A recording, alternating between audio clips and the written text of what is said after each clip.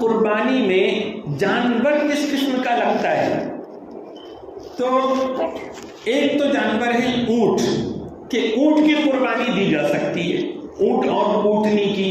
اگر اونٹ اور اونٹنی کی قربانی دی جا رہی ہے، اگرچہ کہ اپنے معاشرے اپنے یہاں پر نہیں دی جاتی، لیکن اس کا بھی مسئلہ سن لو کہ 5 سال ہونا ان کی عمر ضروری ہے۔ اونٹ اور اونٹنی کی 5 سال سے 1 دن کم ہوگا تو اس کی قربانی ادا نہیں ہوگی۔ اور اونٹ چونکہ بڑا جانور ہے تو اس میں 7 حصے تک رکھے جا سکتے ہیں۔ ایسا ضروری نہیں کہ 7 لوگ مل کر ہی اونٹ کی قربانی کریں بڑے جانور کی، 2-3 لوگ بھی پورا اونٹ رکھ سکتے ہیں، ایک آدمی بھی اپنی طرف سے، لیکن زیادہ سے زیادہ اگر حصے رکھے جا رہے ہیں تو کتنے رکھے جا سکتے ہیں؟ 7، اس سے زیادہ حصے نہیں رکھے جا سکتے۔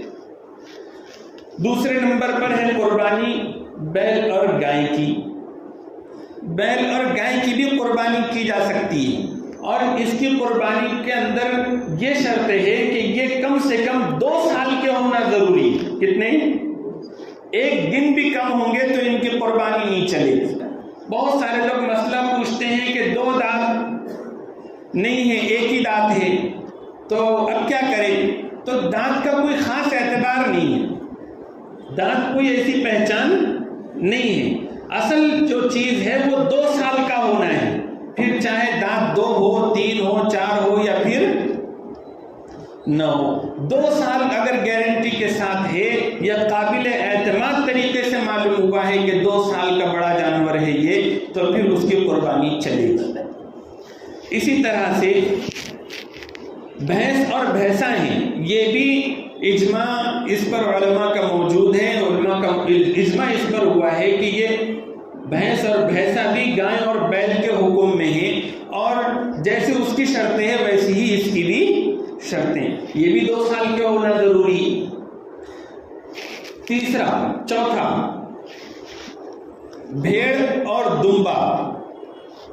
بھیڑ نر ہو مادہ ہو، دمبا نر ہو مادہ ہو، اس کی بھی قربانی درست ہے، اور اس کے لیے شرط یہ ہے کہ وہ 1 سال کا ہو۔ اگر وہ 1 سال کا نہیں ہے، کم ہے، لیکن سال بھر کا دکھتا ہو، اس کو دیکھنے کا طریقہ یہ ہے کہ سال بھر والے جانوروں کے بیچ میں اس کو چھوڑ دو تو فرق نہ کر سکے، تو پھر ایسے بھیڑ اور دمبے کی قربانی بھی جائز ہے۔ اب آخری چیز کہ بکرا اور بکری، اس کی بھی قربانی جائز ہے، لیکن اس میں شرط یہ ہے کہ یہ کم سے کم 1 سال کا ہونا ضروری ہے، اور 1 دن بھی اگر کم ہوگا تو نہیں چلے گا۔ بھیڑ اور دمبے کی طرح سے اس میں یہ نہیں دیکھیں گے کہ 6 مہینے کا ہو گیا تو سال بھر کا دکھ رہا ہے تو چل جائے، ایسا نہیں، 1 سال کا ہونا ضروری ہے۔